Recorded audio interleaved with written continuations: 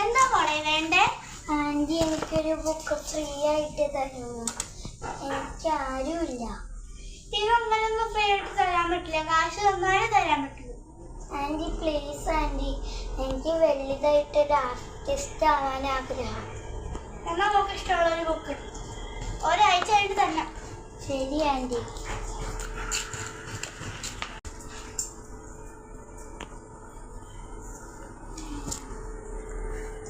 എന്താ മോളെ നോക്കണേ? ആൻറ്റി ഇവിടെ ഉണ്ടായിരുന്ന ആൻറ്റി ഇവിടെ ഏതാ?